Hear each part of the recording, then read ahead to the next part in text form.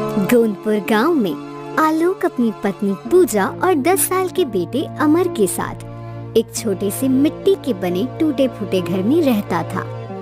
आलोक बहुत ही गरीब था। वो सारा दिन जंगल में जाकर लकड़ियां काटता था और उन्हें गांव में बेचकर अपना और अपने परिवार का गुजारा करता था।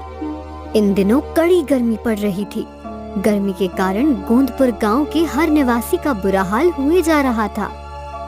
एक दिन गर्मी के कारण आलोक के घर की एक दीवार कमजोर होने की वजह से टूटकर गिर जाती है। ये देखकर पूजा और आलोक बहुत दुखी हो जाते हैं, क्योंकि अब सारी धूप उनके घर में आने लगी थी, जिसके चलते पूजा, आलोक और अमर का घर में बैठना दुश्वार हो चुका था। एक दिन दोपहर में, जी अब क्या करेंगे हम? हमारे घर की दीवार तो पूरी टूट चुकी है और पूरे घर में धूप आ रही है। हाँ पिताजी, घर में तो एक पल भी बैठा नहीं जा रहा। एक काम करते हैं, आज हम तीनों मिलकर ये दीवार फिर से बना लेते हैं। मिट्टी की दीवार कब तक बनाते रहेंगे हम? वो हर 2 महीने के अंदर गिर जाती है और हमारा ये घर भी कितना कमजोर हो चुका है। पता नहीं ये कब गिर जाए। तो क्या करें पूजा, दीवार तो बनानी ही होगी ना, वरना ऐसे गर्मी में कैसे रहेंगे हम? दिन में गर्मी, रात में गर्मी, ऐसे तो हम तीनों बीमार हो जाएंगे। पिताजी, मेरा दोस्त पीयूष है ना, उसके पिताजी ने घास का घर बनाया है और वो उसी में रहते हैं। यहाँ तक कि उन्होंने घास के तिनके से 4 घर बनाए हैं। एक घर में वो रहते हैं और बाकी के घर उन्होंने किराए से दे दिए हैं। घर के साथ साथ उनकी कमाई भी होती है। हम भी ऐसा कुछ करते हैं ना। और मैंने सुना है धूप में घास के ऊपर पानी डालने से वो घास एकदम ठंडी हो जाती है, जिसकी वजह से उस घास के घर के अंदर बहुत ठंडा लगता है। गर्मी बिल्कुल महसूस नहीं होती उसमें। क्या जी, हम भी ऐसे ही कुछ करते हैं ना। अगर हमारा भी घर घास का होगा तो कितना अच्छा होगा ना। और घास के लिए हमें कौन से पैसे देने होंगे? वो तो जंगल में ऐसे ही मिल जाती है। घास का घर कैसे बना सकते हैं हम? पिताजी, मैं आपको बताऊंगा कैसे बनाना है घर। चलिए, पहले हमें जंगल में जाकर घास ढूंढनी होगी। अमर के कहने पर तीनों उसी समय जंगल की ओर निकल पड़ते हैं। गर्मी के मौसम के कारण सारे पेड़ पौधे सूख चुके थे। जंगल में कहीं पर भी घास का नामो निशान नहीं था। हम तो कितनी दूर तक आ चुके हैं, पर यहाँ तो कहीं पर भी घास नहीं है। अब घास कहाँ से लाएंगे हम? बस बस पूजा, हम इससे आगे नहीं जा सकते। यहाँ से थोड़ी दूरी पर एक विशाल जंगल है। सुना है वहाँ बहुत से जंगली जानवर रहते हैं। वहाँ जाना हमारे लिए सुरक्षित नहीं होगा। क्या? जंगली जानवर? अरे बाप रे, नहीं जी, हम वहाँ नहीं जाएंगे। चलिए, हम वापस घर चलते हैं। वैसे भी थोड़े समय में अंधेरा हो जाएगा। चलो अमर बेटा, हम घर चलते हैं। आलोक और पूजा जाने लगते हैं, पर अमर वहीं उदास खड़ा था। ये देखकर आलोक परेशान हो जाता है। अमर बेटा, चलो। अमर एकदम खामोश खड़ा रहा। तभी उसके पास पूजा आती है और धक्का देकर चलने का कहती है। चलो अमर, कहाँ खो गए? घास मिल जाती तो कितना अच्छा होता ना। तीनों जाने लगते हैं। तभी आलोक के मन में एक बात आती है। लगता है घास के ना मिलने से मेरा बच्चा उदास हो गया है। कितना दुखी लग रहा है ये। नहीं नहीं, मैं अपने बच्चे को दुखी नहीं देख सकता।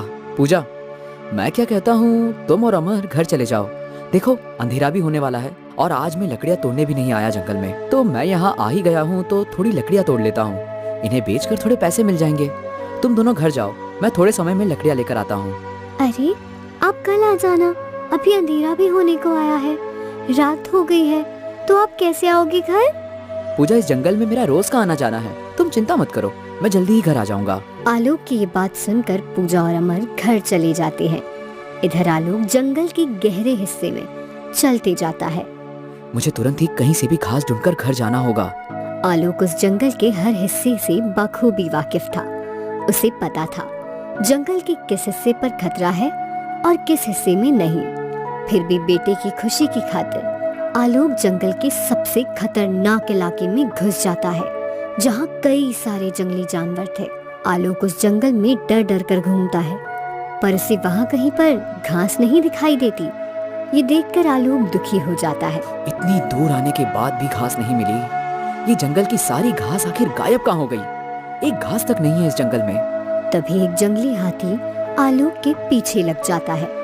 आलोक उस हाथी को देखकर तेजी से जंगल की ओर दौड़ता जाता है। बाप रे, ये जंगली हाथी मेरे पीछे कैसे पड़ गया? अगर इसने मुझे पकड़ लिया तो मैं तो मारा जाऊंगा। कहाँ भागूं? आगे तो पूरा जंगल ही जंगल है। आलोक तेजी से भागता जाता है। तभी वो एक छोटे से घास के गड्ढे के अंदर गिर जाता है। घास में गिरते ही आलोक वहीं बेहोश हो जाता है। जब उसकी आंख खुलती है तो वो देखता है कि वो तो उसके घर के आंगन में उस घास के ऊपर पड़ा हुआ था और उसके पास पूजा और अमर दोनों खड़े उसे देख रहे थे। पूजा, भागो, वो हाथी आ जाएगा। हाथी आ जाएगा? ये क्या बोल रहे हो आप? आप अपने घर में हो। आलोक उठकर चारों ओर देखता है तो वो अपने गांव, अपने घर के आंगन में था। ये देखकर आलोक का सर चकराने लगता है। ये कैसे हो सकता है? पूजा, मैं जंगल में था और एक जंगली हाथी मेरे पीछे पड़ा था। मैं तेजी से भागा और इस घास के, अरे ये घास यहाँ कैसे आ गई? ये तो जंगल में थी ना। पिताजी, आप यहाँ बेहोश पड़े थे और ये घास का गट्ठा आपके पास ही पड़ा हुआ था। ये कैसे संभव है? पूजा, मैं जंगल से यहाँ कैसे आ गया? मैंने तो इस घास को हाथ भी नहीं लगाया था। फिर मैं इस घास के साथ यहाँ कैसे? ये सब क्या हो रहा है? मेरी तो कुछ समझ में नहीं आ रहा है। थकान के कारण आपको कुछ समझा नहीं होगा और यहाँ आकर आप बेहोश हो गए होंगे और आपने ये सपना देखा होगा। चलिए अब अंदर हाथ मुंह धो लीजिए, थोड़ा अच्छा लगेगा आपको। पिताजी, इतने सी घास से घर कैसे बनेगा? ये तो बहुत ही कम घास है। बेटा, अभी तुम्हारे पिताजी बहुत थके हुए हैं, इस बारे में बाद में बात करते हैं। चलो इस घास को अंदर लेकर चलो। तीनों अंदर चले जाते हैं और सो जाते हैं। देखते ही देखते सवेरा हो जाता है। तीनों जब अपने घर में देखते हैं तो वो छोटी सी घास पूरा घर भर कर घास हो गई थी। घर भर कर घास देखकर तीनों के होश उड़ जाते हैं। पूजा, ये इतनी सारी घास, ये कैसे? तभी उस घास से आवाज आती है, आलोक, इतना परेशान होने की जरूरत नहीं है। मैं एक जादुई घास हूँ। अब इस घास से अपने लिए कई सारे घर बना लो, क्योंकि मैं कभी खत्म नहीं होने वाली, ना कभी मुरझाने वाली हूँ। उस जंगल में उस जंगली हाथी से मैंने ही तुम्हें बचाया था। मैं कई बरसों से उस जंगल में पड़ी थी। कोई मुझे नहीं खा रहा था, ना मुझे कोई अपने साथ ले जा रहा था। पर जैसे ही तुम मेरे ऊपर आकर गिरे, मैंने झट से अपने जादू से तुम्हें वहां से गायब कर दिया। क्या तुमने मुझे उस जंगली हाथी से बचाया था? और तुम्हें यहाँ ले आई। ये बात सुनकर तीनों के होश उड़ जाते हैं। तभी वो तीनों मिलकर उस घास के 4 बड़ी बड़ी आलीशान घर बना लेते हैं। उस घास के घरों को देखकर गांव वाले हक्का बक्का रह जाते हैं। पिताजी, ये जादुई घास तो सच में बहुत कमाल की है। देखिए, हमारी तो 4-4 घर हो चुके हैं और ये घर कितने खूबसूरत दिख रहे हैं। अरे आलोक भाई, ये क्या घास के घर? वाह वाह, ये घर तो कितने खूबसूरत लग रहे हैं। देखो जी, ये घास के घर कितने अच्छे हैं। और आपने वो कालू भाई का छोटा सा घर किराए से ले रखा है। न हवा आती है उसमें, न ठंडा लगता है। ऐसे लगता है जैसे किसी गुफा में आकर बैठ गए हों। अरे इन्हें कहते हैं घर। देखिए, घास के बने होने के बाद भी ये घर कितने चमक रहे हैं। ये घर कैसे बनाया आपने आलोक भाई? रमेश भाई, बहुत मेहनत लगी है इस घर को बनाने में। दूर दराज एक जंगल में जाने के बाद हमें ये घास मिली थी। आलोक भाई, हमें ये घर रहने के लिए दीजिए ना। आपके तो 4 घर हैं, एक घर हमें दे दीजिए किराए से रहने के लिए। हम आपको उसके किराए के पैसे भी देंगे। हाँ आलोक भाई, मुझे भी एक घर दीजिए ना किराए से रहने के लिए। ठीक है ठीक है, एक घर का किराया 5,000 रुपए महीना लगेगा आपको। बोलो, मंजूर है? हाँ हाँ, मंजूर है। अब आलोक, तरुण, सविता, रमेश और एक गांव के व्यक्ति को अपने 3 जादुई घास से बने घर किराए से दे देता है। जिसके बाद वो तीनों परिवार आलोक के उन तीनों घरों में रहने लगते हैं। एक दिन रात में, देखा पिताजी, इसे कहते हैं दिमाग। मैंने आपको घास के घर बनाने का उपाय बताया और देखिए हमारे 4 घर बन चुके हैं और इसमें 3 घर किराए से भी दे दिए हैं हमने। जी अब तो हमारी सारी परेशानी दूर हो जाएगी। 15,000 रुपए महीना हमें घर के किराए का मिल रहा है। अब तो हमें कमाने की जरूरत ही नहीं है। अब तो हमारे पास पैसा ही पैसा आएगा। पूजा अभी तो कुछ नहीं, अभी आगे आगे देखो, मैं इन जादुई घास से कई सारे घर बना लूंगा और कई सारे लोगों को अपने घर किराए से देकर हम तीनों आराम से बैठकर अपना जीवन बिताएंगे।